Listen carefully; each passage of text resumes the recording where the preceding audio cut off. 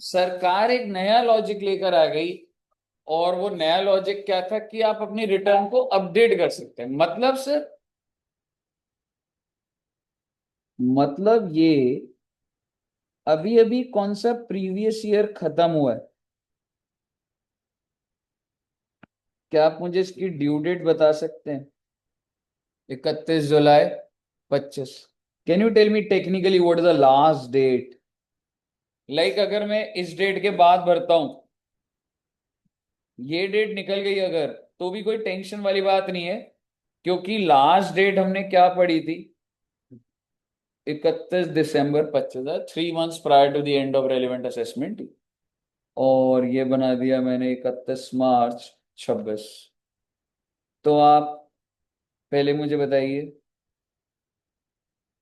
क्या आपको previous year और असेसमेंट ईयर का पहले लॉजिक क्लियर है सारा का सारा ही? यहां तक क्लियर है बच्चे? और मेरा आपसे सवाल है,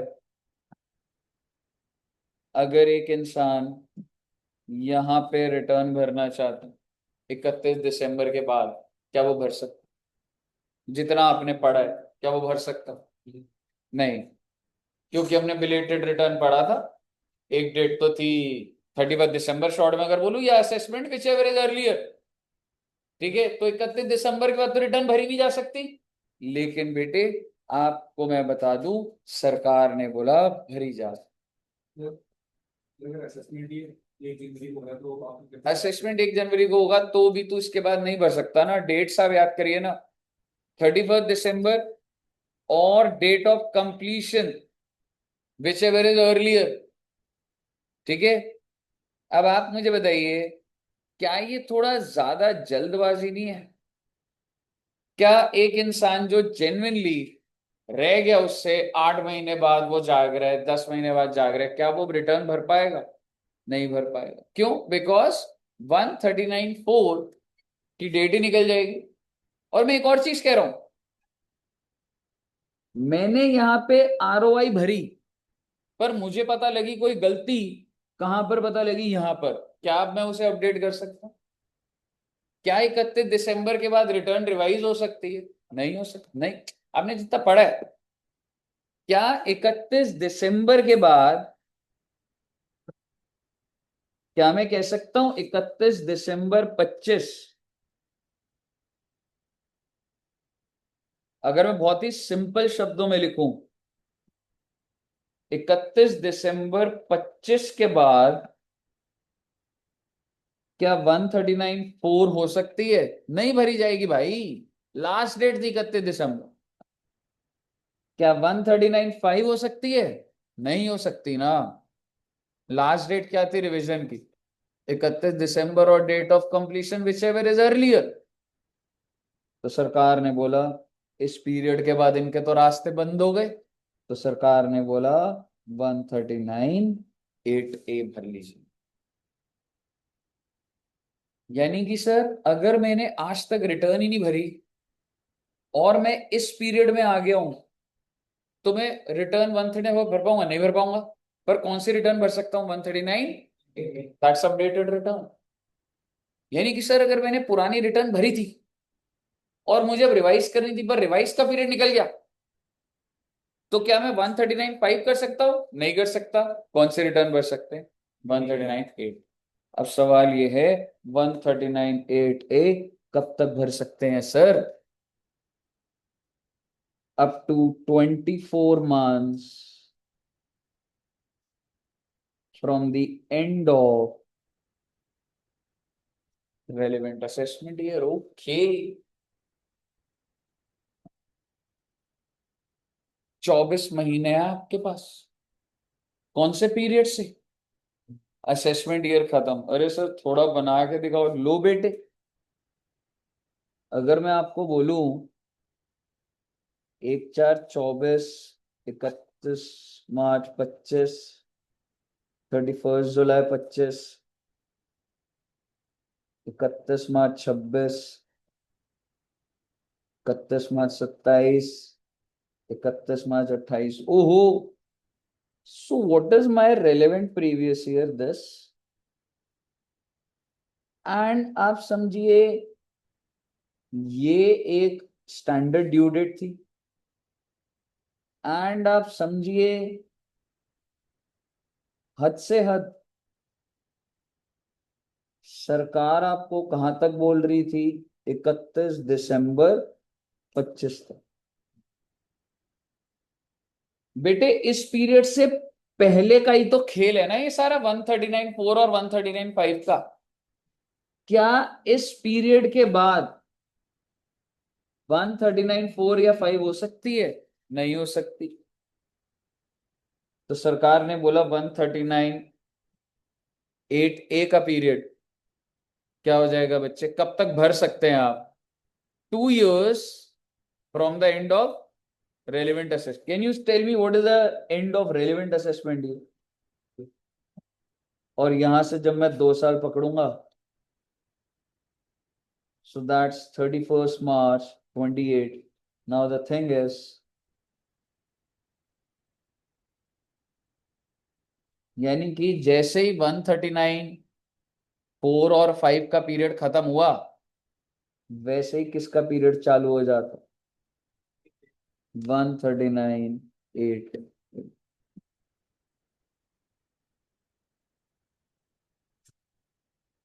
समझ आ गया? सरकार आ गया ना समझ? अब ध्यान से देखना, जैसे ही 139 31 दिसंबर के बाद वो नहीं भरा जाएगा, उससे आगे का सारा पीरियड कहाँ चला गया? 139(8). Is it a welcome step? क्या जो टैक्स पेयर्स होंगे वो खुश हुए होंगे? नहीं होंगे। एग्जैक्टली, बिकॉज मेनी जिन्होंने रिटर्न नहीं भरी और अब वो भर रहे। बेटे मैंने रिटर्न नहीं भरी थी 24-25, और 139(4) का टाइम निकल गया, पर क्या 8(a) भर सकता हूँ? भर सकता हूँ, लेकिन मैं सिर्फ तभी भरना अलाउड है अगर उससे सरकार को फायदा। अगर मेरी रिटर्न में रिफंड है, मैं रिटर्न नहीं भर सकता। अगर मेरी रिटर्न में लॉस है, मैं रिटर्न नहीं भर सकता। यानी कि आप अगर अपडेटेड रिटर्न भरोगे, it should only result in either increase in income. आपने पहले भरी थी, अब भर रहे हो, भाई इनकम बढ़ रही है, हाँ बढ़ रही है, सरकार को फायदा हो। आपने पहले भरी नहीं थी, इनकम इनकम दिखाओगे, हाँ इनकम दिखाऊंगा, भर सकते हो। आपने भरी नहीं थी, लॉस दिखाओगे, नहीं भर सकते।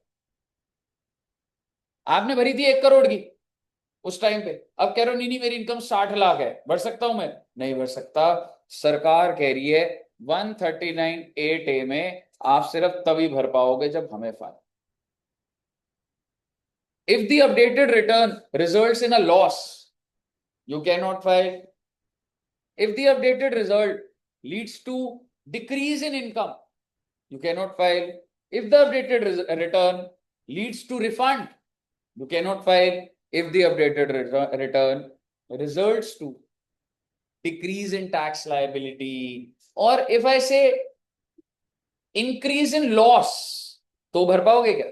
नहीं। तो आप एक ओवरऑल व्यू पॉइंट पढ़िए, इस पीरियड में भरी गई रिटर्नों से सरकार बहुत तेज है, सरकार ने टाइम एक्सटेंड करा है कि भाई आप हमें बता दीजिए अगर आपने कोई इनकम छिपाई है तो। 139(8) की इंटेंशन ये नहीं है कि ओहो तुम्हारी टाइम लाइन मिस होगी, कोई नहीं आ जाओ। 139(8) है क्योंकि जो बंदा पकड़ा जाता था कहता था अरे सर इतना टाइम ही नहीं था, मैं तो बताने वाला था। अब समझ रहे हो? सरकार ने बोला तो एक्सटेंडेड टाइम पीरियड था 139(8) का, अब उसमें भर देता था। तो सरकार का इनविटेशन है, जिन जिन लोगों ने अपनी इनकम नहीं दिखाई, जिन जिन लोगों ने अपनी टैक्स पे नहीं कर रहे, वो सारे के सारे 139(8) में आए। लेकिन अगर आप रिटर्न भर रहे हैं रिफंड लेने के लिए, भगा दिया जाएगा। सरकार को नुकसान नहीं होना चाहिए। सो बेसिकली 139(8)(a) की जो रिटर्न होगी, it should lead to increase in income. ये समझ आया पहले आपको? ऐसे लिख देते specifically, it should lead to increase in total, या फिर it should lead to increase in tax, तो ही भरा जाएगा। It should lead to decrease in, sir मैंने रिटर्न भरी थी 5 करोड़ का लॉस था, मैंने भर दी, पर सर मेरे को पता लगा 2 करोड़ का लॉस है। सरकार भरने देगी आपको? बिल्कुल भरने, सरकार को फायदा है। अब आप अपने लॉस को सेट ऑफ नहीं करोगे, सरकार कह रही है हाँ भर दे।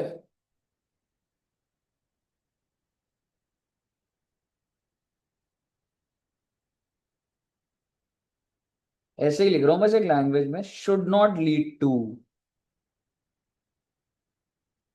डिक्रीज इन टोटल इनकम,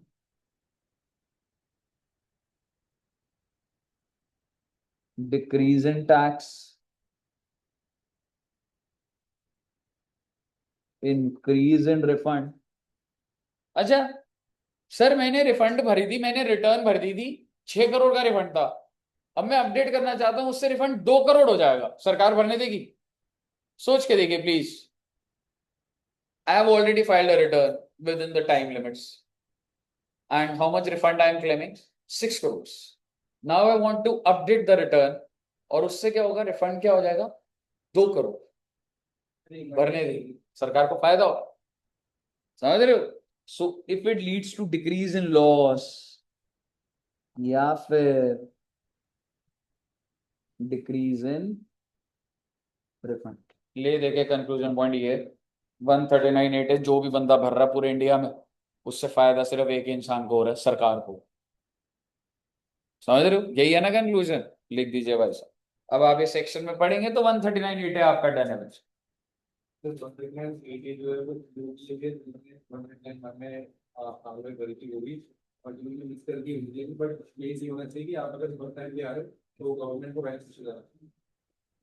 मान लो तूने रिटर्न नहीं भरी और तू 139.8 में भर रहा है और तू इनकम दिखा रहा है, तो ठीक है, यू आर वेलकम। तो नहीं है जी, ठीक है। ओके। जैसे इस बार की रिटर्न डेट 15 सितंबर है, तो आगे की डेट से एक्सटेंड देंगे या तो डिपेंड कर, नोटिफिकेशन के थ्रू करा तो ठीक है, नहीं अनलेस इफ नथिंग नोटिफाइड तो कुछ नहीं अभी जनरली होगा, क्योंकि अगर कोई चीज बेस ईयर ही मतलब वो चेंज हो रहा है तो आगे का एक्सटेंड हो जाता है दोस्त। ऊपर वाला लिख लिया बच्चों ने? दोनों बना ले बेटे।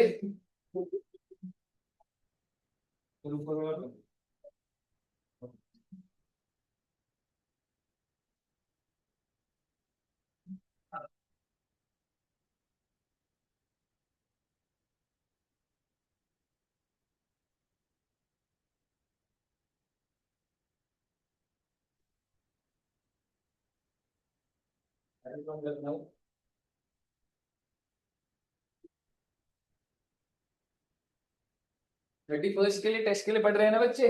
संडे है। हाँ तो ठीक है, 32 को दे देना। मतलब नहीं है ना, फर्स्ट को मतलब? फर्स्ट को सर ऑफ सेक्टर और बोला देना, तो आपसे कुछ बता दो। मतलब आप बोलना चाह रहे हो पहले ले लो? ठीक है पहले ले लेंगे बेटे, बच्चे जो बोले वही बात मानी जाएगी। मैं कह रहा हूँ इंस्टीट्यूट बच्चों का है, कोई पार्टनर वार्टनर नहीं है बेटे। एक को ले लो, बट मैं कह रहा हूँ जो बच्चे बोलेंगे, सैटरडे बहुत अच्छा दिन है, मैं वैसे भी सैटरडे रखता था, 30 तारीख को ही रख लेते। बच्चों की यहाँ कोई बात ही सुनी जाती है, आपको जो बोल दिया तो चुपचाप मान लीजिए।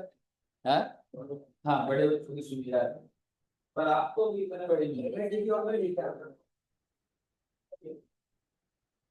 मैंने नहीं बोला, मैंने एक ही बोला। फाइनल हो गया, ठीक। मैंने सबसे पूछा था, आपने किसी को नहीं बोला, कंक्लूड हो गया, पेपर प्रिंट भी हो गए बेटे।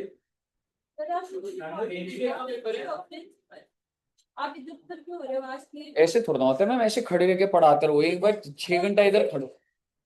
मैं अभी कोई पढ़ाया थोड़ा ना मैंने। जेएलबी में एक और वीडियो भेज दूंगा, जरा सा कम होता होगा, ऐसे थोड़ा ना, है ना? हाँ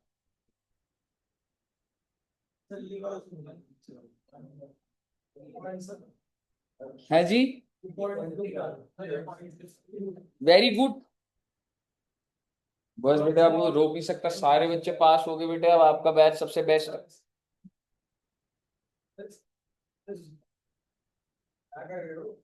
इतनी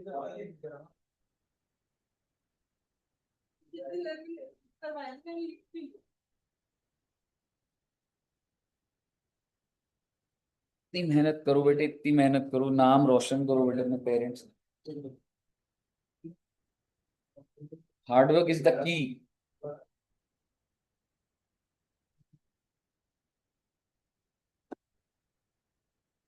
आपके टाइम पे तो मैं तो बहुत मेहनत करता था, अच्छा आप कम करते हो। मैं तो जॉब भी करता था। हाँ, 30th को हो गया जी डिसाइड। कितने बच्चे, कितने बच्चे 30th का कह रहे? तुम्हारा तो 30। अच्छा, कितने बच्चे 30th को कह रहे? कोई भी नहीं कह रहा। और कितने बच्चे फर्स्ट को कह रहे?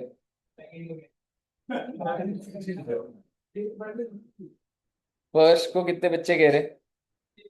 फर्स्ट को लेबर डे है। फर्स्ट को कितने बच्चे कह रहे? बस इतने ही बच्चे? अच्छा, इधर सीएमए के हैं सर। सेकंड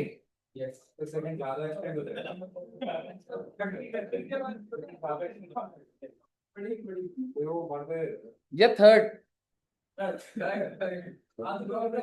3 अक्टूबर। चिल एकदम है ना। 3 अक्टूबर 2026। 30th को है आपका सैटरडे, ठीक है। हर बार जरूरी नहीं है पोस्टपोन है, कभी कभी प्रीपोन भी होता है, बैलेंस बने रहना चाहिए। तुम्हारा नेक्स्ट वीक होगा फ्राइडे। फ्राइडे या सैटरडे में? नहीं, 30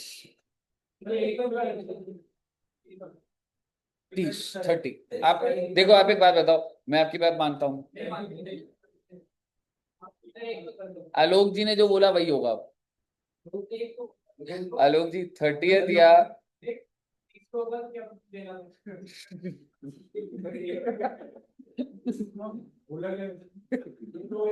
30 तारीख? देख ऐसे डरा रहे तेरे को, बता डर गया तू? नहीं, मैं कह रहा हूँ एक को ले लूंगा अपनी क्लास में। एक फर्स्ट या 30th? फर्स्ट या 30th? 30th नहीं, डर गया तू? डरने की बात नहीं, डरा नहीं तो काउंटर बोल भाई, 30 को होगा। सर आपको लगता है आप मान भी जाओगे मेरी? मैं अगर तूने 30 बोल दिया 30 होगा। अगर 30 30 30 30। हाँ वो तो है। वो 30 बोल रहा था ना, इसलिए मैंने उससे पूछा। आप 30 बोलोगे? तभी तो पूछ नहीं रहा। आप कह रहा हूँ, मुझे पता है आप ही बोल रहे हो, ये क्यों बोल रहे हो मैं कह रहा हूँ? कब रखना है?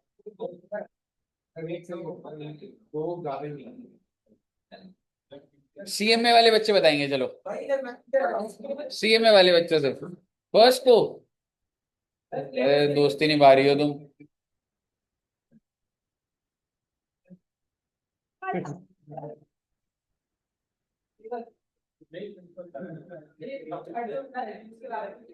एक इन्वेस्टमेंट, कंसोलिडेशन, वो तो है ही, कैश फ्लो।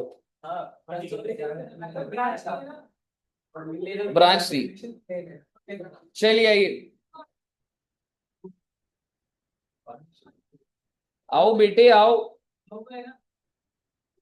30th को है यार, अब मेरी बात मान लो यार।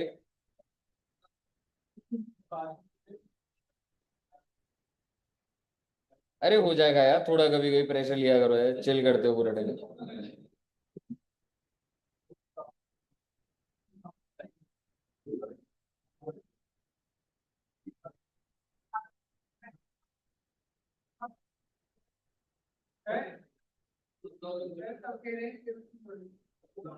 कब कह रहे हैं?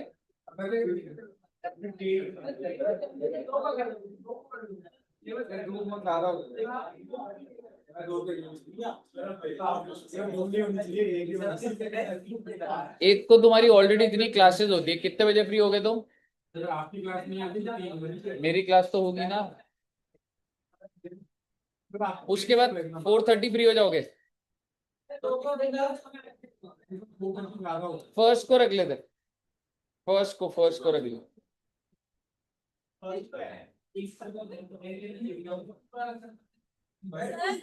नेक्स्ट फ्राइडे जो आप कह रहे हो हमारे टेस्ट और टीचर्स डे है सितंबर। तो क्या हो गया, फिर पार्टी होएगी? इतनी जल्दी तो टेस्ट की फ्रीक्वेंसी नहीं आ रही दोबारा, एक टेस्ट से दूसरे टेस्ट के बीच में 2 पार्टी हो रही है यहाँ पे टीचर्स डे वाले दिन।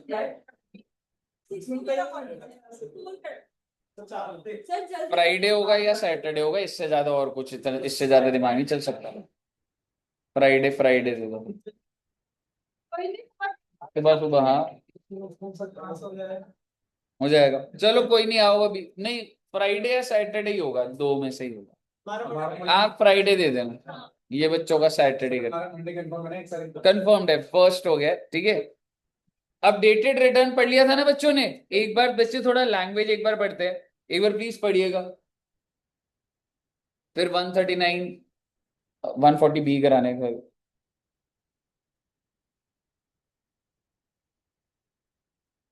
टाइम पीरियड समझ आया?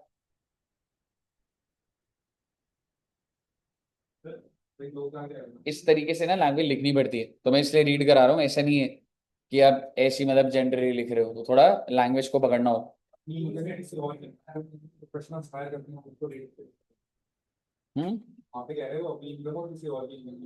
एजेंट्स होते हैं जैसे, हाँ ठीक है, हाँ टीआरपी होता है, और बहुत सारे नॉन रेजिडेंट्स हैं जिनकी रिटर्न इंडिया के अंदर कुछ एजेंट फाइल करते। भारत देश में ऐसे बहुत सारे एसेट्स है जो एनआरआई ओन करते हैं।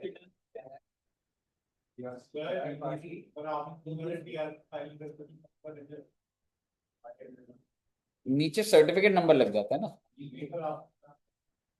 किनकी रिटर्न नहीं। हाँ तो एजेंट कर देगा, एजेंसी भी होती है, बाहर एक बंदा है वो आज तेरे को ऑथराइज कर दे तुम्हें रिटर्न भर दे, तो बोले ऐसे कैसे, उसने ऑथराइज कर दिया तो भर सकता है, टीआरपी नहीं है तू। पर मैं एक बंदे को ऑथराइज कर रहा हूँ पावर ऑफ अटॉर्नी का, तो यू फाइल में रिटर्न हो सकता है। टीआरपी किसकी रिटर्न भर सकता है हमने टीआरपी में देख लिया, अगर नहीं भर सकता तो टीआरपी नहीं भरेगा, एजेंट भर देगा, समझ रहे? और वो पॉइंट ही इतना नहीं है। अच्छा ये पढ़िए, दिस इज इररिस्पेक्टिव और देन नॉन एप्लीकेबिलिटी।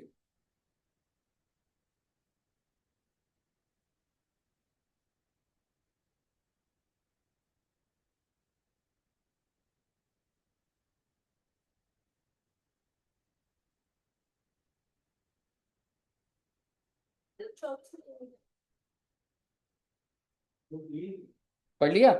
आराम से पढ़ो, ठीक है, जल्दबाजी नहीं है। जो स्क्रीन पर आ रहा है दिस इज इररिस्पेक्टिव से।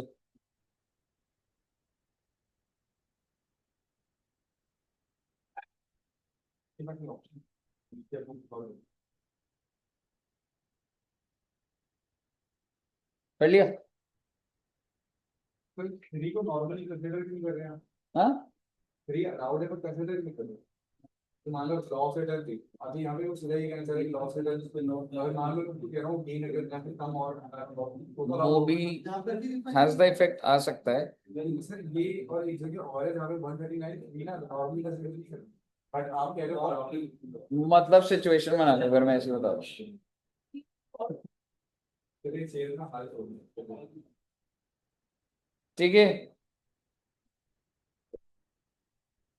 पॉइंट नंबर 3 पढ़िएगा और बस फिर 139(a) डन है आपका। हाँ तू अब जो अपडेटेड रिटर्न भर रहा है उसमें तेरा लॉस नहीं बढ़ेगा। सेट ऑफ अगर ऑलरेडी एग्जिस्टिंग लॉसेज है उसको सेट ऑफ कर रहा है, कर सकता। टैक्स कम हो रहा है, अब ये डिपेंड करता है कि उस केस के लिए सेट ऑफ अलाउड है, मेरे हिसाब से नहीं होगा। वही वो जो आप कह रहे हो कि टैक्स कम हो रहा है तो नहीं होगा, अगले साल करेगा अब तू सेट ऑफ सर वो कैरी फॉरवर्ड हो जाएगा। लेकिन क्योंकि अगर मैंने सेट ऑफ कर दिया तो टैक्स कम हो जाएगा तो वो अलाउ नहीं करेगा।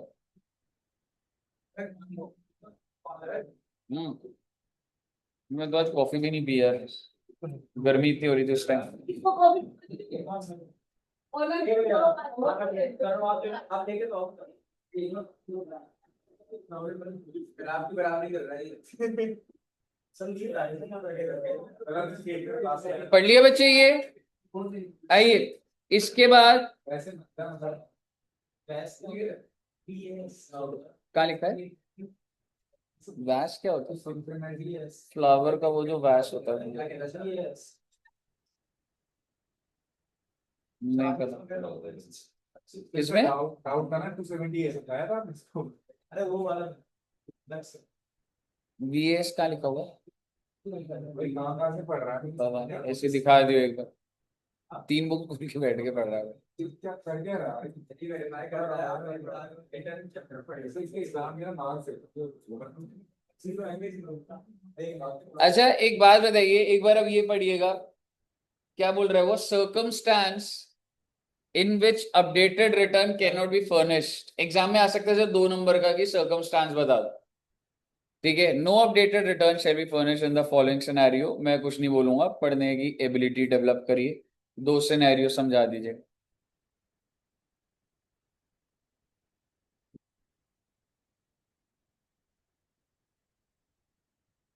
अगर आपने अपडेटेड रिटर्न पहली भर दी है, क्या दोबारा उस साल की भर दोगे आप दोबारा? नहीं, इसका मतलब it's a one time opportunity. One time समझते हो? सरकार ने बोला है कि सबको वार्निंग दे दी गई है, जिसको अपनी रिटर्न भरनी है भर दो, टाइम एक्सटेंड कर दिया गया। पर एक बंदा अपडेटेड भरने के बाद फिर अपडेटेड भर रहा है, अलाउड नहीं। और दूसरा केस, अगर आपके ऊपर ऑलरेडी केस चल रहा है, you are under scrutiny, under any proceedings, तो क्या will you be allowed to file updated return? No. बताइए, क्लियर है बच्चे? थ्योरेटिकल है, पेपर में ऐसे 1 नंबर 2 नंबर का ही आ जाएगा, तो यू शुड बी फेमिलियर। अगर तू ऑलरेडी मान ले 24-25 की अपडेटेड ना भर दी, तो अब तू दोबारा अपडेटेड भरना चाह रहा है, ऐसे नहीं। Because this is kind of one time opportunity सरकार ने, समझ रहे हो कि आप वन टाइम एक बार भर दो, अब ये नहीं उसको भी रिवाइज करे जा रहे हो बात।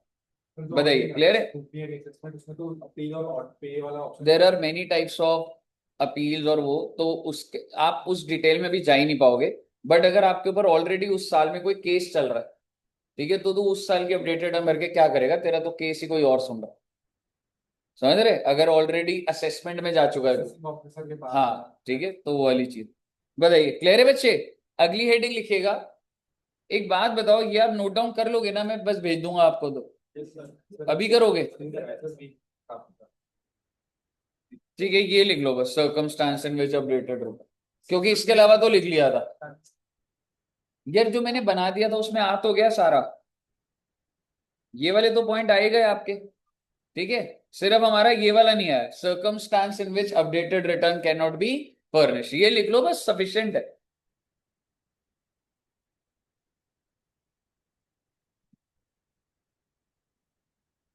सर क्या लिखना है? पॉइंट नंबर 5 पूरा लिखना है बच्चे।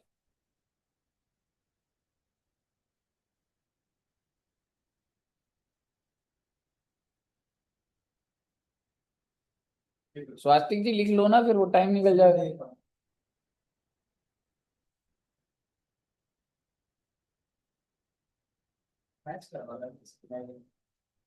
देखो मैं मैच कर लेता हूँ। सारा कुछ वही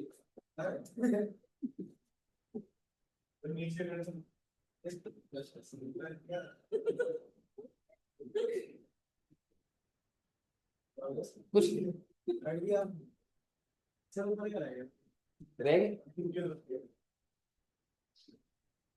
बाहर पुरानी की तरह मौसम बारिश आ जाए। यही से पता चलता है बारिश होने वाली है। Very nice sir. बारिश होने वाली है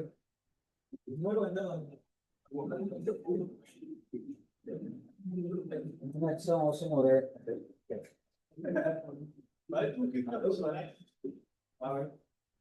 क्या लाइफ में तुम कर रहे हो यार? पढ़ाई कर रहे थे अच्छे मौसम में। सर आपका मूड अच्छा नहीं हो मेरे को तो अब ये है कि जब मौका मिले तो लाइफ में चिल करना चाहिए। इतना अच्छा मौसम हो, क्या खाओगे? तो समोसे खाओगे? हाँ, मंगवा दो? नहीं। बोला कि तो आप इतनी पार्टीज ले चुके हो कि एक सैचुरेशन होता है, इसलिए आप बोल नहीं पा रहे। मार्जिनल यूटिलिटी होता है ना, कितनी ही पार्टीज होंगी, सैचुरेशन है। क्या बोल भाई? बोलते भाई अरे सर अच्छा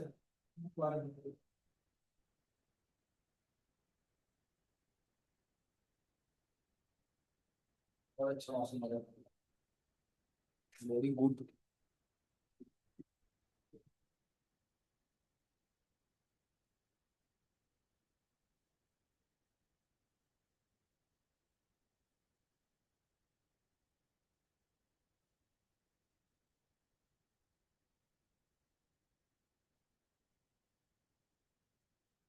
लिख लिया बच्चों ने?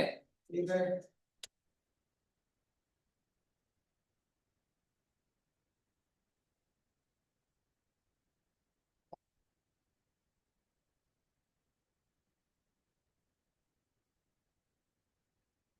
इसके बातें करते रहते सारे तो पूरी बातें करते बातें करते नहीं होगी बात लास्ट के बाद क्लास के बाद तो पढ़ाई सर ये स्टैंड अप का प्लान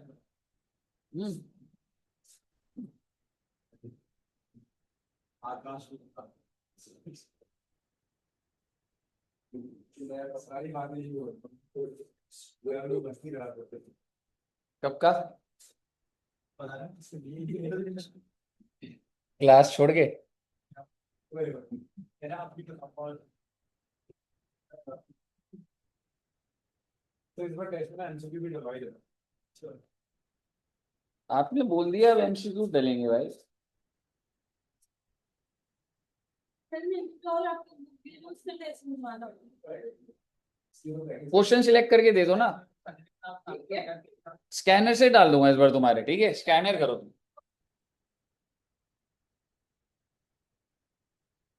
हमारे आपको मॉड्यूल कर लो,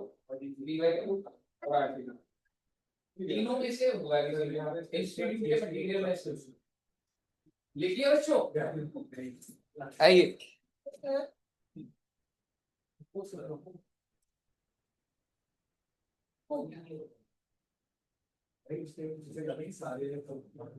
अब आप समझिएगा, अगली हेडिंग क्या है बच्चे? Tax on updated return. मैं ना काफी टाइम लगा रहा हूँ, पता है? इतनी देर में तो मैं खत्म करा देना था मुझे। है स्लो हो गया, धीरे धीरे करा रहा हूँ मैं बहुत।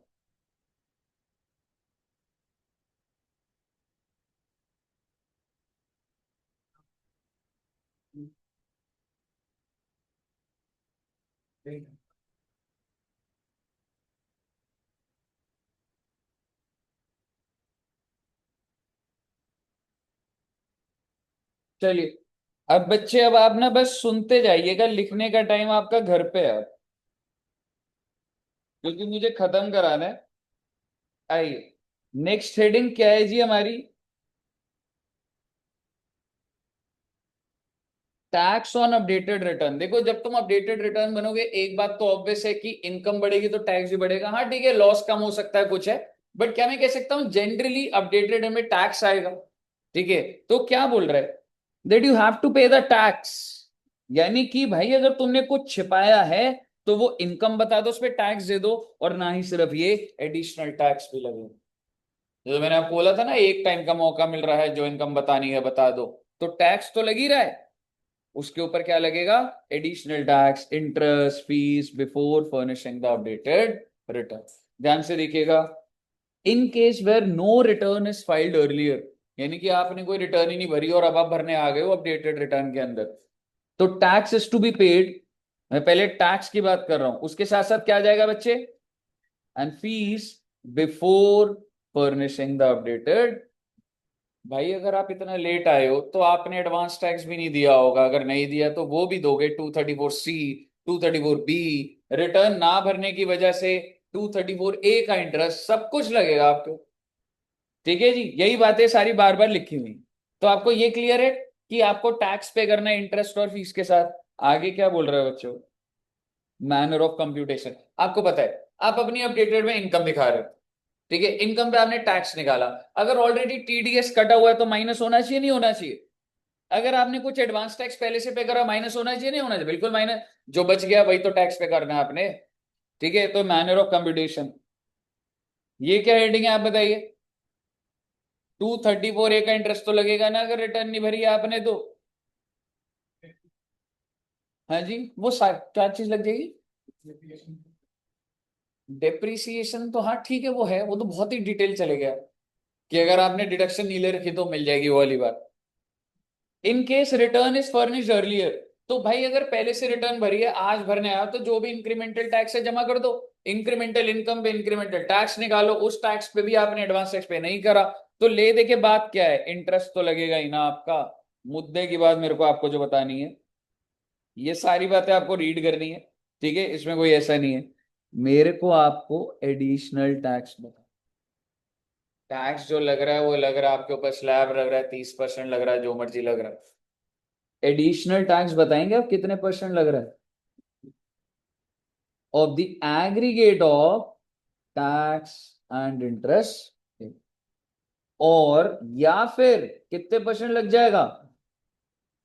अगर आप लेट आए ना बताने मुझे, तो मैं आपका एडिशनल टैक्स पढ़ा, मतलब if such return is furnished, यानी कि टाइम ऑफ फर्निशिंग रिटर्न क्या था बच्चे? 2 year from the end of relevant assessment year, expiry of time available under 139 4 and 5। भाई 139 4 एंड 5 जब खत्म होगा तभी 139 8 की चालू होती है। And before the completion of a period of 12 month from the end of relevant assessment. इसका मतलब समझे आप? इसका मतलब ये है, हमारा ये कौन सा साल था? 24-25। असेसमेंट ईयर क्या हुआ था? 25-26। और मैं यहां से 1 साल का कह रहा हूं, मतलब अगर इस पीरियड में, या आप कह सकते हो 3 महीने यहां के भी, अगर ये वाला है, तो कितने परसेंट टैक्स लग रहा है बच्चे? Additional tax 25%। और अगर इस पीरियड में आप आए तो 50%। सरकार कह रही है जल्दी आ जाओ, फायदे में रहोगे। अगर 1 year from the end of relevant assessment year के अंदर अंदर आ गए तो 25% लगेगा एडिशनल टैक्स, लेकिन अगर 1 year from the end of relevant assessment year के बाद आए तो 50%। सही क्या आई आओ हाँ जी, बिल्कुल। अब आप एक बार पढ़िए इन दोनों टेबल को, और आपका 139(8) भी ये क्लियर है, 140 भी मतलब 50% ये उस टैक्स कंप्यूटेशन का है। लग गया, सारा कंप्यूटेशन हो गया, उसके बाद फिर और 50% तेरा टैक्स निकल गया 1 करोड़, तू कह रहा है जमा करना है, मैंने कहा सुन, तू तो बस आखिरी वाले साल में है, तो 1 करोड़ का 50% और ले लूँ, 50 लाख और ले लूंगा तेरे से additional tax, kind of penalty type सही, 50% और लिया जा। बताइए, क्लियर है बच्चे? ओके। हाँ, 25% of the aggregate of tax and interest, यहाँ पे भी aggregate of the tax and, जो भी तू अपनी इनकम जो छिपा के रख रहा था जिंदगी में, जो तूने बताई, उस पे जो टैक्स निकला, उस पे जो इंटरेस्ट है, उसका 25% या फिर उसका 50%। एंड ये आपको प्रैक्टिकल क्वेश्चन में नहीं आएगा, ये आपको परसेंटेजेस और ये पता होना चाहिए कि discuss the provision of additional tax, ऐसे आ जाएगा। समझ रहे कि क्या परसेंट किस चीज पे निकल रहा है, वो सारी बात है जी। अब इसमें 142 कहां से आ रहा है? इसमें उससे कोई लेना देना नहीं उसका, आप इधर उधर कहीं 142 और वो सोच रहे हो, उसका क्या करना? मैंने आपको 2 ड्यू डेट बता रखी, 1 3 4 और 5 की, उसके बाद से चालू होगा ये। अगर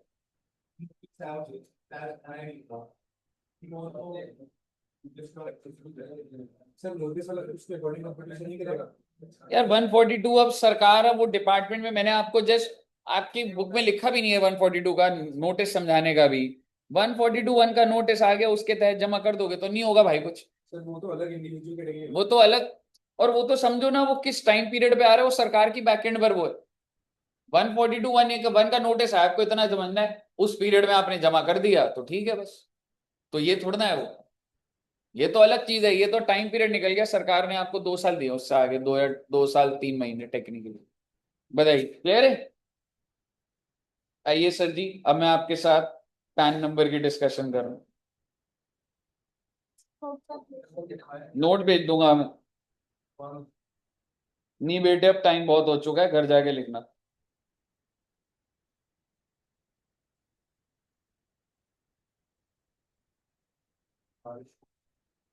आइए आधार पे आऊंगा, पहले पैन नंबर पर आता हूं आपके साथ।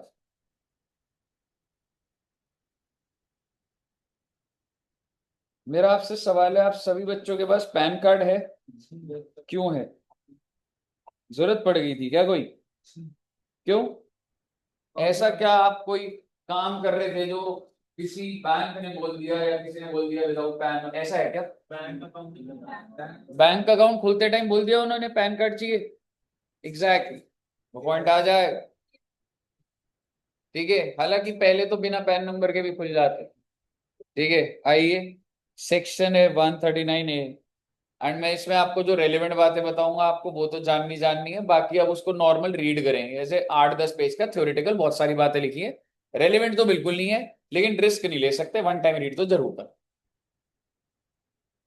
Subsection 1 require the following person mentioned in column 2 who has not been allotted a PAN to apply by। सब आपको अप्लाई करना करेगा पैन असेसिंग ऑफिस। किसको, कौन से पर्सन और कितने टाइम लिमिट में, ये इंपॉर्टेंट है जो मैं आपको बता रहा हूं। अगर हर इंसान, if total income in which he is assessable during the previous year exceeds max amount not chargeable to tax। Let me give you the exact, मैं क्या चीज चेक कर रहा हूं, टोटल इनकम किससे एक्सीड हो जाए वो मैक्स अमाउंट, यानी कि अगर आपके स्लैब से ऊपर हो गए तो भाई बात ऐसी है, आपको पैन नंबर लेना पड़ेगा। आप एक इंसान है, आपकी टोटल इनकम एक्सीड हो गई, ठीक है, आपका तो दिमाग रिटर्न में चलना है। जैसे टोटल इनकम अगर बढ़ गई तो जीटीआर तो बढ़ी हुई है, रिटर्न तो भरनी भरनी है। और आपको वैसे बता दूं, रिटर्न भर दिया तो पैन तो चाहिए ही होता, लेकिन पेपर में आ जाएगा कि 4 केसेस डिस्कस करो जिसमें पैन नंबर चाहिए। तो सबसे पहला कौन सा केस हो गया, अगर आपकी टोटल इनकम एक्सीड हो गई स्लैब रेट से, ठीक है, कब तक लेना है आपने? 31 May of the assessment year. मान लो 24-25 में मेरी एक्सीड हो गया था, तो मेरे को भी 31 मई तक लेना था। अगर मैं नहीं लिया तो भी लेट है, तो कुछ पेनल्टी वेनल्टी लगी जो भी हो। अगला point, every person carrying on business और प्रोफेशन जिसका सेल्स टर्नओवर किससे एक्सीड हो रहा हो। लो जी लो, 5 लाख भी कोई सेल होती है तो उसको कब तक लेना है? Before the end of financial year. Every person being a resident other than individual who enter into a financial transaction aggregating to 2 lakh or more in a financial year। अगर आप कोई भी फाइनेंशियल ट्रांजैक्शन करते हैं, loan ले रहे हो, कोई भी चीज खरीद रहे हो, पैसे की ट्रांजैक्शन है, 2.5 लाख है उससे ऊपर, तो आपको पैन नंबर लेना पड़ेगा। किस डेट तक? 31 मई तक। और ये जो भी ऑर्गेनाइजेशन है जो फाइनेंशियल ट्रांजैक्शन कर रही है 2.5 लाख है इससे ऊपर, every person who is a MD, director, partner, trustee, author, karta, chief office bearer of one above. मान लो एक कंपनी है वो 3 लाख की ट्रांजैक्शन करती है, तो उस 3 लाख की ट्रांजैक्शन के लिए कह सकता हूं कंपनी को पैन नंबर चाहिए। आपका दिमाग बोल रहा होगा सर कंपनी बननी है तो पैन तो होना चाहिए, वो तो अलग बात है, पर अगर 3 लाख की ट्रांजैक्शन पैन होना चाहिए तो उस कंपनी के एमडी को, डायरेक्टर को भी पैन लेना पड़ेगा एज पर पॉइंट नंबर 4। किस डेट तक? 31 मई। ले देके आपको दिखेगा 4 कैटेगरी में से 3 के अंदर 31 मई है, from the end of 31 May of the relevant assessment year. लेकिन एक केस में क्या था, before the end of financial year. Exactly, जिसमें आपकी सेल 5 लाख से ऊपर है। तो ले देके अगर मैं आपको बोलूं कितने केसेस थे बेटे? 4। सबसे पहला क्या था, if total income exceeds max amount not chargeable to tax, क्योंकि कंपनी मतलब अगर 5 रुपए भी है तो नॉट चार्जेबल टू टैक्स। ठीक है, दूसरा पॉइंट क्या था, if your sales exceed turnover exceeds 5 lakh. तीसरा, कोई भी if you enter into a financial transaction of 2,50,000 और मोर। और तीसरा, वो ऊपर तीसरे वाले का एमडी, डायरेक्टर, पार्टनर, करता, सारे के सारे आ जाए। कहिए क्लियर है बच्चे? नेक्स्ट, उसके बाद आप देखेंगे फर्दर, ये सरकार ने नोटिफिकेशन निकालती रहती है कि और कैटेगरी के लोग, क्या लिख रहा है वो, every person who intends to deposit cash in his one or more account with a banking company, cooperative, if the cash deposit or aggregate of the cash deposit in such accounts during a financial year is 20 lakh or more। ये नया point है, ये important है, आपको ध्यान रखना है। अगर आपने कैश जमा करा बैंक में एक अकाउंट में, या आपके नाम पे 5 अकाउंट है और 5-5 लाख जमा करे, तो भी ये जुड़ रहा है, क्योंकि वो क्या बोल रहा था, 1 or more अकाउंट, इतना डिटेल अपने को जाना नहीं है, बस याद करने की बातें हैं। ठीक है, तो आप मुझे बताइए कितने दिन पहले आपको पैन नंबर ले लेना? 7 days before the date of deposit, जब भी वो लिमिट एक्सीड हो जाए। ऊपर वाला डिपॉजिट था, ये कौन सा आ गया? विड्रॉ। कितने रुपए का? 7 days before he intends to withdraw. Any person who intends to open a current account, Edu Junction का करंट अकाउंट है, तो करंट अकाउंट में सबसे पहली रिक्वायरमेंट, हमारा पैन बना ही इसलिए था क्योंकि जब हमने करंट अकाउंट खुलवाया था तो बोले पैन नंबर तो दे दो, तो पैन अप्लाई करा, फिर करंट अकाउंट। बिना पैन के करंट अकाउंट नहीं खुलेगा। या फिर कैश क्रेडिट अकाउंट, ये जो भी अकाउंट होता है हमें कोई लेना देना नहीं, विद अ बैंकिंग कंपनी और कोऑपरेटिव। कितने दिन पहले पहले पैन के लिए आपके पास होना चाहिए? 7 days before the date he intends to open such. हाँ जी, 7 days ही था। अगर देखा जाए, अगर आप ले दे के डिपॉजिट कैश, विड्रॉ कैश, या करंट अकाउंट या कैश क्रेडिट अकाउंट, तो 7 days बिफोर। देखो बेटे, मैं जितनी चीजें बोलता रहूंगा ये वाली चीज आप रीड कर सकते हैं, मैं इसलिए बोल रहा हूँ क्योंकि नई चीजें ऐड हुई हैं, बट एकदम थ्योरेटिकल है। जैसे कि क्या वो लिखा हुआ है, वेयर द पर्सन मेकिंग, अच्छा, person is not required to apply for PAN, इन लोगों को पैन के लिए अप्लाई नहीं कर। Withdrawal of an amount otherwise in by cash, अगर मैं सिर्फ चेक के थ्रू डिपॉजिट कर रहा हूं एक अकाउंट से दूसरे अकाउंट में, तो क्या पैन नंबर चाहिए? नहीं चाहिए। ऊपर क्या लिखा हुआ था, आप अगर विड्रॉ कर रहे हो या डिपॉजिट कर, ठीक है, तो अदर देन कैश है तो क्या पैन नंबर चाहिए? नहीं चाहिए।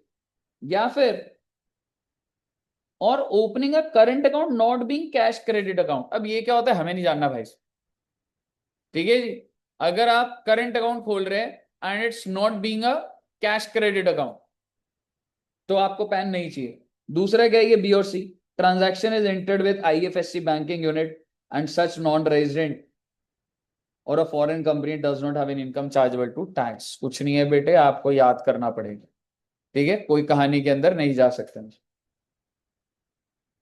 ये नॉर्मल आप जो रास्ते में पड़ेगा आपको याद करना होगा। पैन कितने डिजिट का होता है? पैन को कोट करना मैंडेटरी होता है हर रिटर्न में, हर चालान में, कोई भी डॉक्यूमेंट होगा, as we precise CBDT in the interest of revenue. इसके बाद सरकार ने फर्दर नोटिफाई कर दिया, अगर आप बाइक खरीदने जाओगे तो पैन लेना पड़ेगा, गाड़ी खरीदोगे तो पैन लेना पड़ेगा, डीमैट अकाउंट खोलाओगे तो पैन लेना पड़ेगा। इसके बाद म्यूचुअल फंड, अगर आप एक अमाउंट से ज्यादा परचेस करते हो पैन देना पड़ेगा, बैंकवेट में बुकिंग करते हो तो पैन देना पड़ेगा। सरकार ने अब लिस्ट बना, ठीक है। इससे पहले वाला तो लिखा हुआ था नोटिफिकेशन के थ्रू आ रहा। पहला वाला क्या है, सेल ऑफ परचेज ऑफ, अभी जो मोटर व्हीकल क्या होता है, क्या चाहिए, क्या लिखा हुआ है वैसे, अदर देन टू व्हीलर, ये ध्यान रखने वाली बात। तो मुझे बताइए क्या लिख रहा है वो, ऑल सच ट्रांजैक्शन। आप आज गाड़ी परचेज करने जा रहे हैं, वो गाड़ी वाला आपसे पैन नंबर मांगेगा नहीं मांगेगा? बिल्कुल मांगेगा, समझ रहे हो। अगला क्या है बच्चे, opening an account. Sir account कहां खुल रहा है वैसे? अच्छा, ये क्या होता है, other than time deposit, FD, 5 साल 6 साल, एफडी के लिए आपको पैन नंबर की जरूरत नहीं। And a basic savings deposit account, मेरा आपसे सवाल है, सेविंग्स अकाउंट पे भी है पक्का है? ठीक है, नीचे आ जाएगा, वैसे तो पहले सेविंग्स पे नहीं होता था। तो बेसिकली सेविंग, अगर इसका कंक्लूजन देखूं, क्या एफडी पे पैन चाहिए? नहीं चाहिए एज पर दिस। और क्या सेविंग्स पे चाहिए? नहीं चाहिए। with a banking company or a cooperative bank to which banking regulation applies as per all such transactions।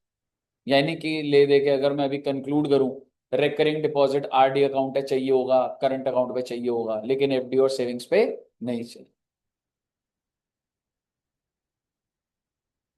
Making an application for issue of debit card or credit card. Debit card credit card के लिए आपको क्या करना पड़ेगा, PAN number की detail, PAN card आपको quote करके देना पड़ेगा bank. Opening of a demat account, आप होटल में या रेस्टोरेंट में एक बिल के अगेंस्ट या बहुत सारे बिल के अगेंस्ट अगर आप कैश में पेमेंट करते हैं, कैश में पेमेंट कितने रुपए से ऊपर, 50,000। Travel to foreign country, cash में पेमेंट कितने से ऊपर, 50,000। म्यूचुअल फंड खरीदते हैं exceeding 50,000। Payment to a company or is for acquisition of debentures या बॉन्ड्स 50,000 से ऊपर, payment to RBI for acquiring bonds 50,000, deposits with a company or a cooperative bank to which banking regulation apply and everything, cash deposit exceeding. आपने ये देखा होगा कि आपने bank में देखा होगा कि 50,000 से ज्यादा डिपॉजिट पे आपको पैन नंबर देना जरूरी है। देखा आपने कभी? लिखा होता है, बहुत ही कॉमन होता है। अब एक बार बैंक की ब्रांच में घुसी, आपको ये सर्कुलर लगा हुआ ही दिख जाए। समझ रहे हो? अगर आपके पास कैश है आपके घर में, आपके पेरेंट्स ने आपको 60,000 कैश दिया और बोला जाए जमा करा दे, बैंक आपको जो फॉर्म देगा उसमें आपको पैन नंबर लिखना ही लिखना पड़ेगा। ठीक है जी। Purchase of draft, order, bank cheque 50,000। अच्छा, टाइम डिपॉजिट, अरे सर टाइम डिपॉजिट तो बाहर कर दिया था। Amount exceeding 50,000 or aggregate to more than 5 lakh during the financial year. FD अगर एक अमाउंट से ऊपर हो जाएगी, कितने से ऊपर? 50,000 से ऊपर, या फिर एग्रीगेट में 5 लाख से ऊपर, तो आपको पैन नंबर देना पड़ेगा। पोस्ट ऑफिस में नहीं दी, आप समझ रहे हो? इस पे मेरा कोई ऐसा रोल नहीं है। आपको जब ये चैप्टर कर रहे होगे याद करना है आपको तो। और पेपर में ऐसा नहीं है सारे आ जाएंगे, वो बोलेगा कोई भी 5 पॉइंट बता दो विद द लिमिट्स जहां पे पैन नंबर की सिचुएशन अराइज हो जाती है।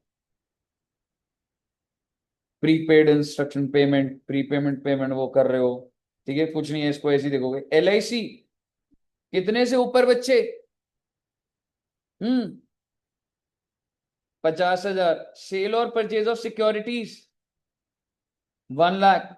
Cell or purchase by any person not listed in recognised stock exchange 1 lakh. बेटे याद करने के बेटा। इमूवेबल प्रॉपर्टी, अगर स्टैम्प ड्यूटी वैल्यू 10 लाख से ऊपर है तो पैन नंबर कोड करना पड़ेगा।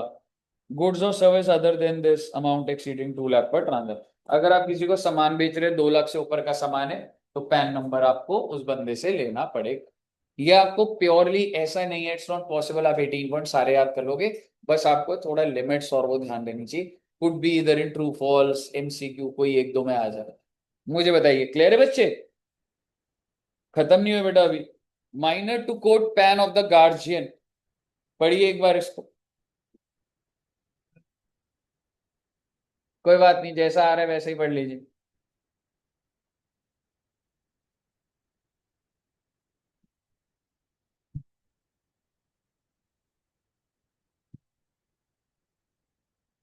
सर छोटे बच्चों को भी पैन नंबर देना पड़ता होगा क्या?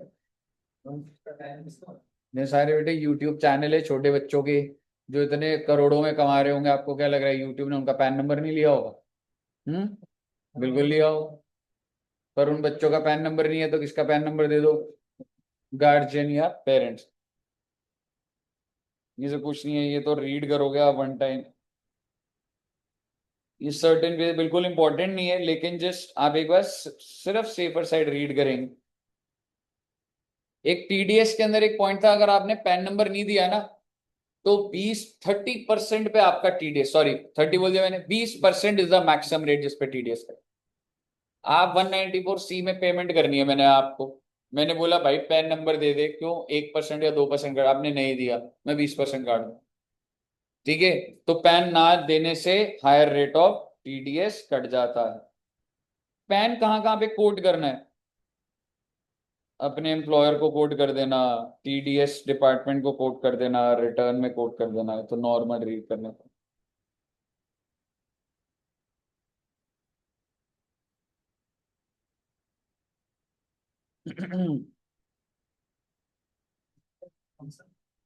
हाँ जी,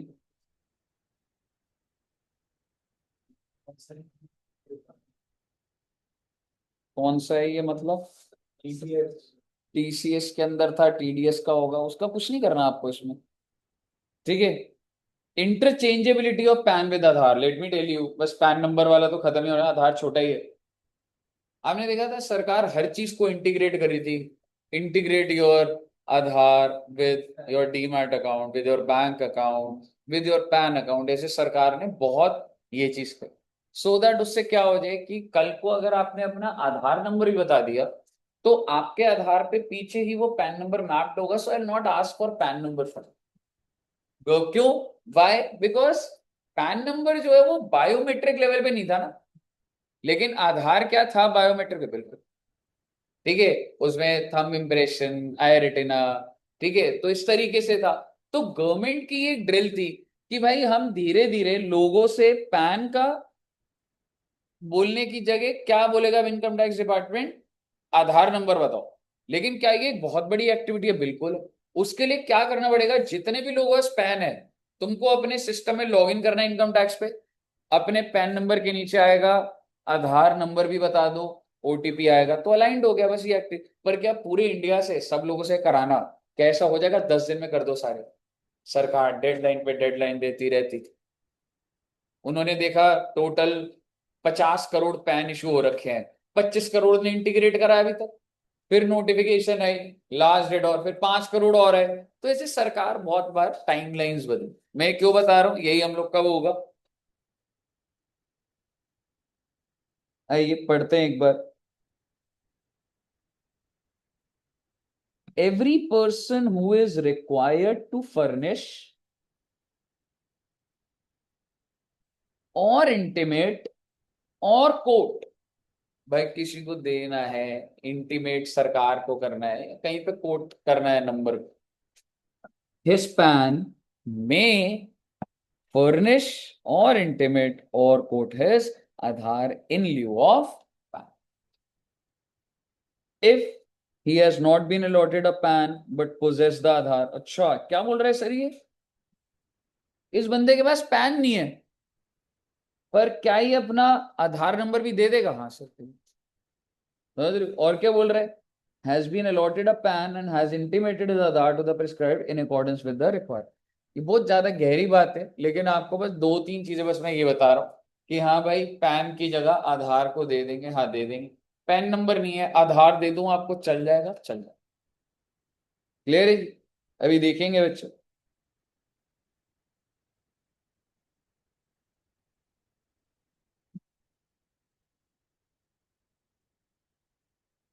अब ये लाइन पढ़िएगा।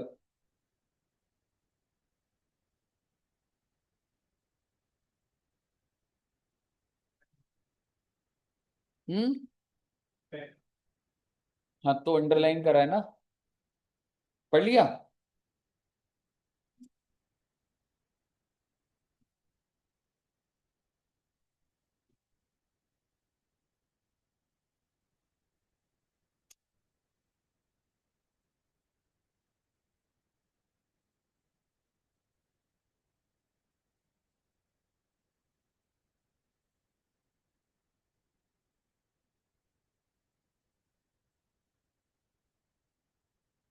पढ़ लिया बच्चों, पढ़ लिया पक्का से?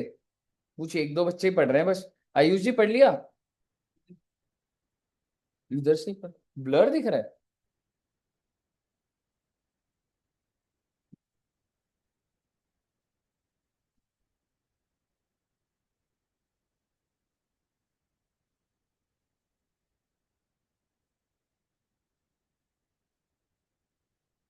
हम्म, हार्ट का भी करा ले।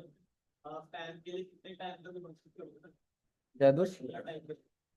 अभी वो डेट साइन।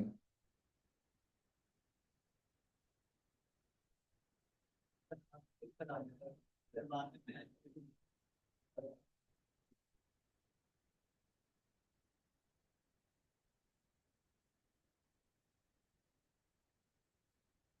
ए भैया इसको पढ़ो ना एक बार। वो कह रहे हैं नीचे जो ट्रांजैक्शन है, अब उसमें या तो पैन नंबर दे दो या आधार दे दो, एक ही बात है। ठीक है।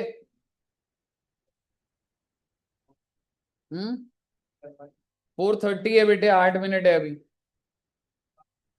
हाँ हाँ वो बात तो सही है। नहीं आपको इसमें इसमें क्या दिमाग लगाना, आपने इन केस में पैन चाहिए, इसमें क्या मतलब करा रहा हूँ। ठीक है। अब मुझे बताइए कितने का कैश डिपॉजिट, कितने का कैश विड्रॉल, सेम ही लिखा है। तो आपको पैन दे दो या आधार दे दो, इसमें क्या दिमाग लगाना है आप बताइए। आपने कुछ भी नहीं करा रहा बेटे।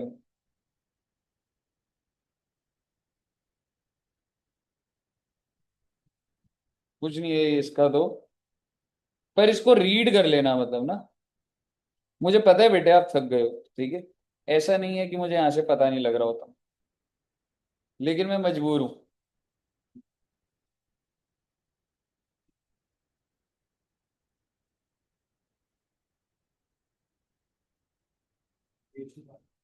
ये वाली पेनल्टी पड़ी है एक बार। आपको पैन नंबर के लिए अप्लाई करना था, कोड करना था 139A में, आपने नहीं करा, कितने की पेनल्टी लग जाएगी? ओहो। उसके बाद ये वाली पड़ी है।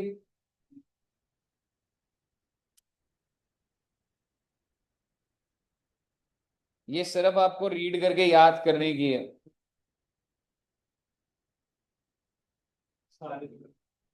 हाँ,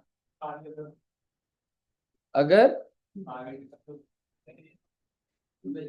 हाँ ठीक है, बस मतलब रीड करना है वो। ईच सच डिफॉल्ट है कि तू कोई चीज खरीदी और नहीं दिया तो हर बार बस वो है। ठीक है, इसमें कोई लॉजिक नहीं लगाने हैं, बिल्कुल आपने वो याद कर लिया, 10,000 है ही ऐसा, ठीक है, कोई दिक्कत नहीं उसमें। लास्ट सेक्शन,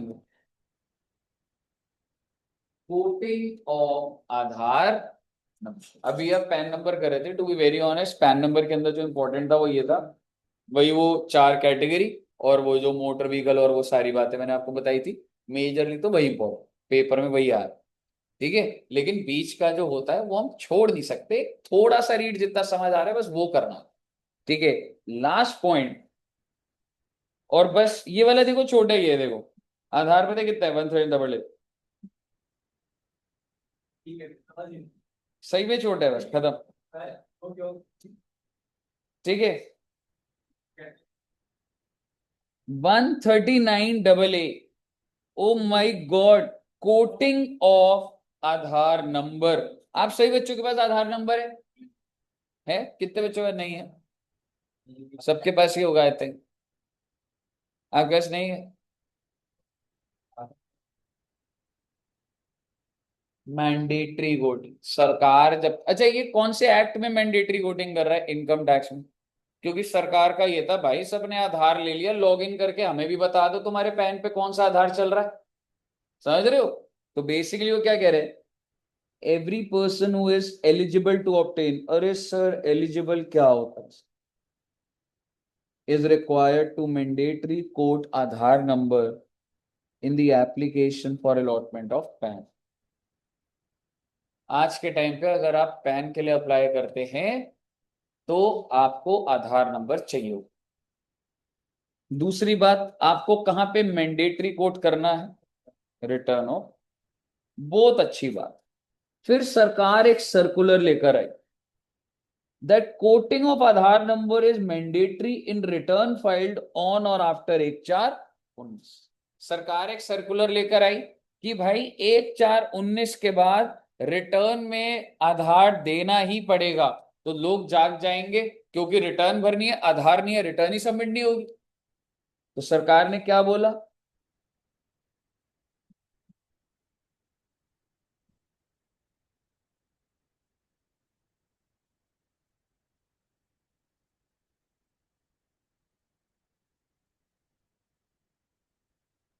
डेट याद रखनी होगी आपको, एक बार रीड कर लीजिए प्लीज, रीड कर लीजिए।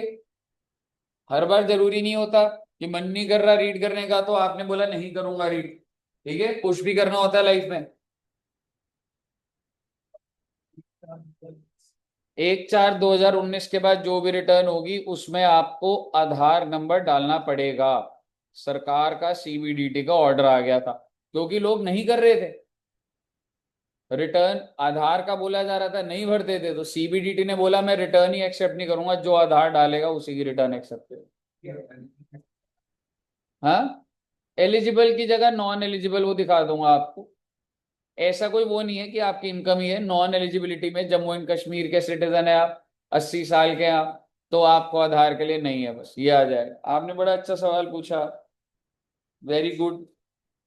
पेपर में आ जाता है, person not to apply to certain person और क्लास ऑफ पर्सन, क्या क्या लिखा हुआ है, ये चारों याद होनी चाहिए आप।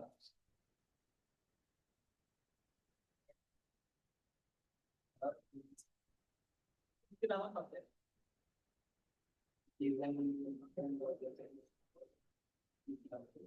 ये आ जाता है बेटे, ऐसे हल्के मत लेना। समझ रहे हो, 2-4 नंबर का है, इसलिए मैं बिल्कुल वो नहीं कर रहा, अभी सुन लो आप एक बार। हाँ, पूरी डेट्स है इनकम टैक्स तो ज्यादा ही है भाई, अब डेटा तो है ही ज्यादा, ऐसी थोड़ा ना इट इज। हाँ नहीं, ऐसे 2 नंबर का भी आ सकता है, ठीक है, कि आधार प्रोविजंस किन के ऊपर नहीं एप्लीकेबल। क्लियर है बच्चे? आइए जी, बस बेटे खत्म हो गया। आपको पता है अगर आपके पास आधार नंबर नहीं होता तो फटाफट एक एनरोलमेंट आईडी मिल जाता है है ना? तो अगर किसी के पास आधार नंबर नहीं है, if a person does not have Aadhaar, he is required to quote his enrolment ID issued to him at the time of enrollment in the application form for pan. भाई मैं पैन के लिए अप्लाई कर रहा हूं, मेरे पास आधार नहीं है, कोई बात नहीं, जल्दी से एनरोलमेंट आईडी ले ले आधार वालों से और पैन नंबर की एप्लीकेशन में डाल दे, कोई बात नहीं, रिटर्न में डाल दे। एनरोलमेंट आईडी कितने डिजिट होता है? सरकार ने बोला 1 अक्टूबर से एनरोलमेंट आईडी भी नहीं लूंगी। लोग मान ही नहीं रहे बेटे, लोग क्या कर रहे, एनरोलमेंट आईडी डाल ले, आगे आधार नहीं ले रहे। फिर सरकार ने बोला with effect from 1 October 2021 the option of coating enrolment ID of Aadhaar application for allotment of PAN or in the return is discontinued. Now you cannot post enrollment ID either. Clear है जी? Very, very, very good.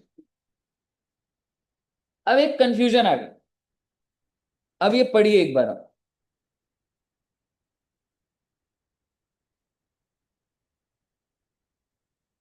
सरकार ने बोला कि जो जो जिन जिन के पास pan है, who has been allotted PAN as on 1 जुलाई, जैसे मेरे पास 1 जुलाई 17 तक पैन था, and who is eligible to obtain Aadhaar, I am eligible, shall intimate Aadhaar to the prescribed authorities on or before 31 मार्च 2022। ये कंफ्यूज करेगा सर, जब income tax वालों ने बोल दिया कि अपने रिटर्न में तो करना ही करना है, रिटर्न कौन सी डेट से आधार का नंबर लेगी लेगी? 1 अप्रैल 19। लो कंफ्यूजन आ गई, इसका मतलब ये फर्दर डेट एक्सटेंड हो गई? नहीं, ठीक है, ये क्या लिखा गया, notwithstanding the last date it is clarified it is mandatory to quote and link Aadhaar while filing the return of। Return भरते टाइम, रिटर्न के टाइम पे आधार जो देना है उसकी ड्यू डेट तो आज भी क्या थी, मतलब आज भी एग्जिस्ट जो करिए 1/4/19। तो ये क्या है, ऐसे बहुत सारे लोग होंगे ना, मान लो जो रिटर्न नहीं भरते, उनके लिए भी ये था कि भाई अपना पैन नंबर तो लिया हुआ है, लिंक तो करवा दो। ठीक है, मैं सिर्फ आपको ये जो पैराग्राफ करवा रहा हूं ना, बस आपको रीड कर, समझ आ गया आपको? व्हाट आर द कॉन्सिक्वेंसेस, सबसे इंपॉर्टेंट यही है बेटे, मेन में यही था, ये सुन लेना बस।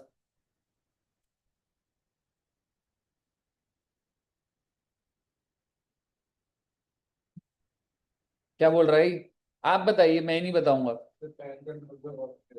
इनऑपरेटिव कर देंगे जी।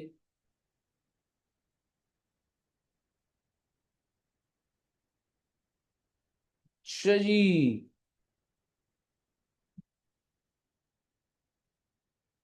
कौन सी डेट तक बताना था रे? हालांकि रिटर्न में तो उस डेट तक देना ही देना था, वो भी एग्जिस्ट करता है, ठीक है। ये फीस इंपॉर्टेंट है,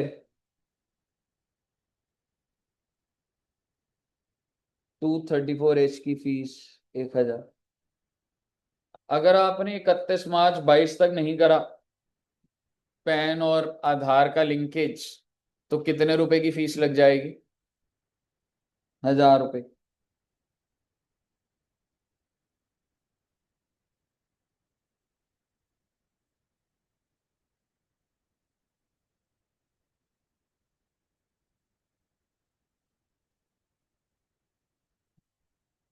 इनऑपरेटिव कर दिया, आप जाग गए, आपने लिंक कर दिया, ऑपरेटिव कर दिया जाएगा कितने दिन में? Very good. और बेटे जिसका पैन इनऑपरेटिव हो जाता है ना, उसको रिफंड नहीं मिलता, उसको अपने रिफंड पे इंटरेस्ट नहीं मिलता, tax is deductible at source, पर वो हायर रेट पे टीडीएस कट जाएगा और टीसीएस भी हायर रेट। अगर आप एक ऐसे इंसान है जिसका पैन इनऑपरेटिव है, आपके ऊपर higher rate of TDS, higher rate of TCS, refund नहीं मिलेगा, रिफंड पे ब्याज नहीं मिलेगा, ऑपरेट तो करानी पड़ जाएगा आपको। खत्म बेटे खत्म।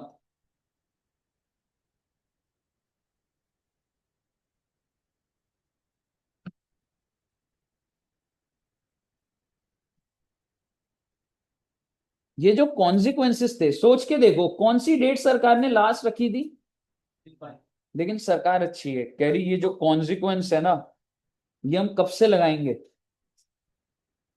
1/7/23। सरकार अभी भी और डिले कर रही है कि चलो मैं अगले दिन से इनऑपरेटिव और ये सब नहीं कर रही। ठीक है,